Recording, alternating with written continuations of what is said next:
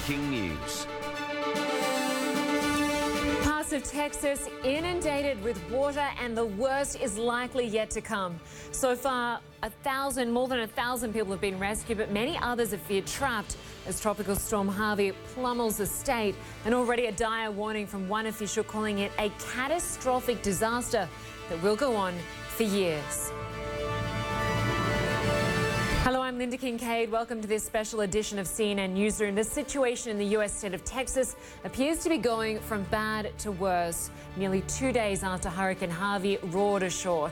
It's now weakened to a tropical storm, but it's still hovering above the Houston area, pounding it with relentless rain and creating a nightmare for America's fourth most populous city.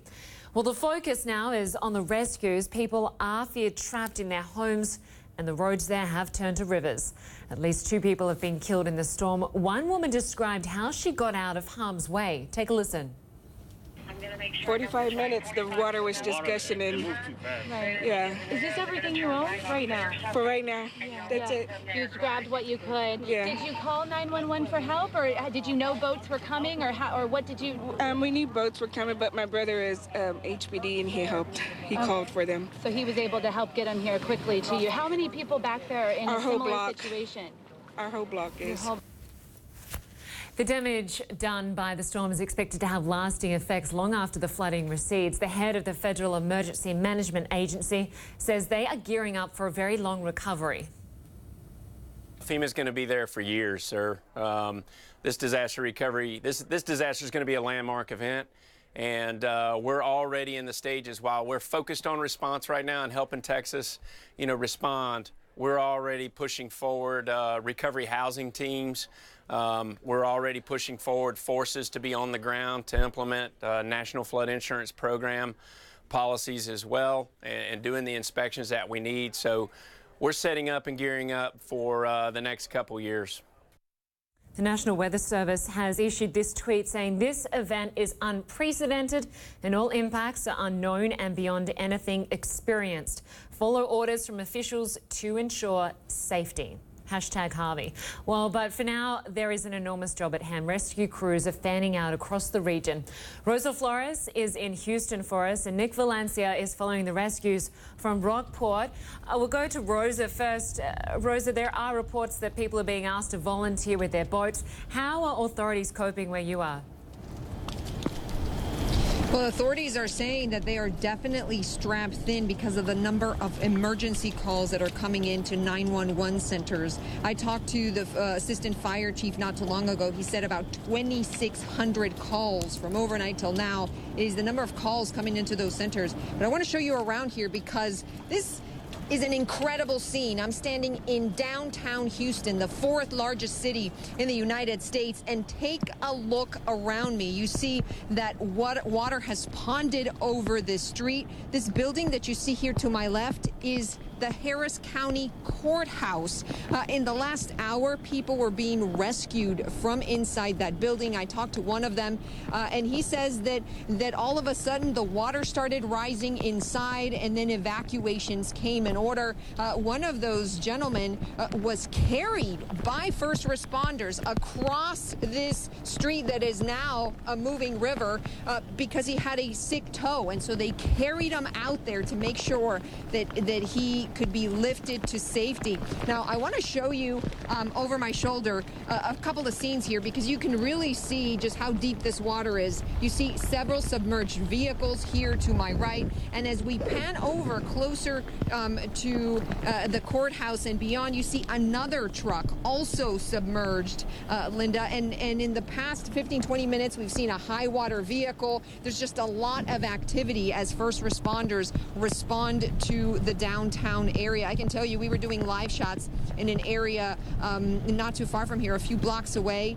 Yesterday, we can't even go there anymore because it is so submerged underwater. And, the message from first responders here has been that people need to stay put. There no evacuations were issued in this area. People were asked to have 4 to 5 days worth of water and food, and that's exactly what people have done. I spoke to a very emotional woman in the last 2 hours who said that her family is in Southeast Houston. They can't get out and they're still sheltering in place. It's just a very emotional time for people who have family members in areas where they can't get to. And this is why you can't move in Houston. As you can see, this is downtown Houston.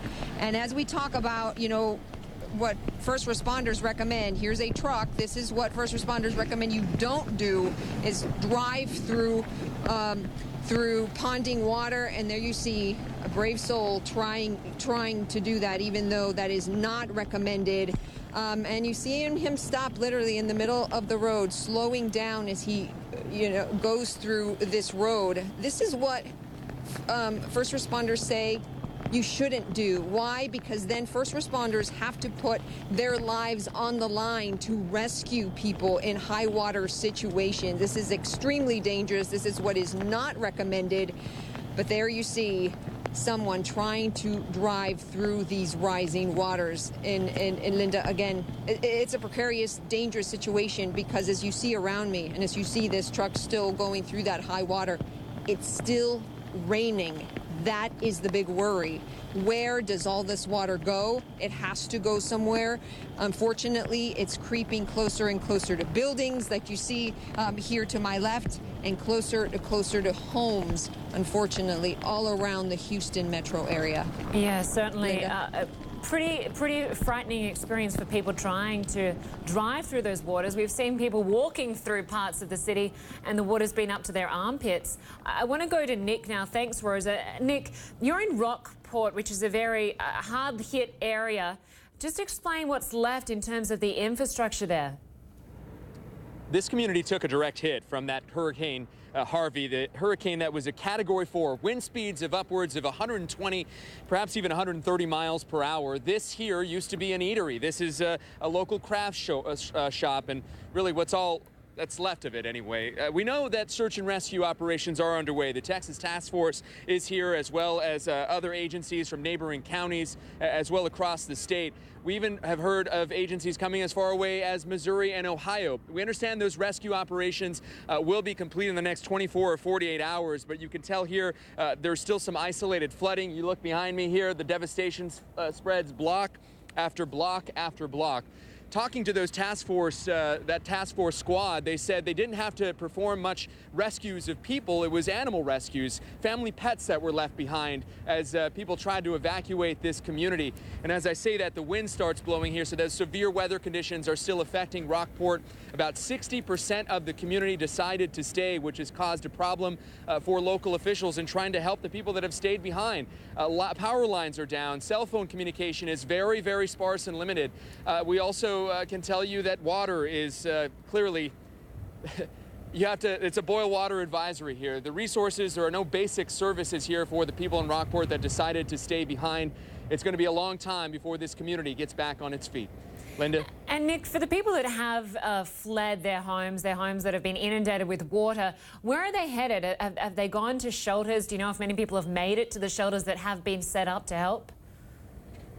We know of at least 200 people that were in a nearby shelter, but then it was just a little while ago that a local resident said that that shelter had been closed. We just came from a press conference at the Emergency Operations Center. They say they're in the process of moving that shelter. We also know those that evacuated before the storm hit on Friday night. They headed to places like Austin, Texas, Dallas, Fort Worth, San Antonio, places that weren't as hard hit here as it was expected to be. Corpus Christi was expected to be the place where landfall was going to be. It turns out that it was about 20-30 miles away here in this community. And the reason that why people did not evacuate was because in years past, hurricanes have been predicted to directly make landfall here in Rockport, and they've missed or skipped over them. So people were really more or less optimistic that it wouldn't happen. The unfortunate part of it all, though, is that this is exactly where Hurricane Harvey made landfall. And you could tell by looking behind me and those flattened buildings just how powerful that storm system was as it swept through here. Lynda? Nick Valencia for us in Rockport, Texas, one of the hardest hit areas. Great to have you with us there. Thank you very much. And our thanks to Rosa Flores. We've lost her connection, but great reporting on the ground as well.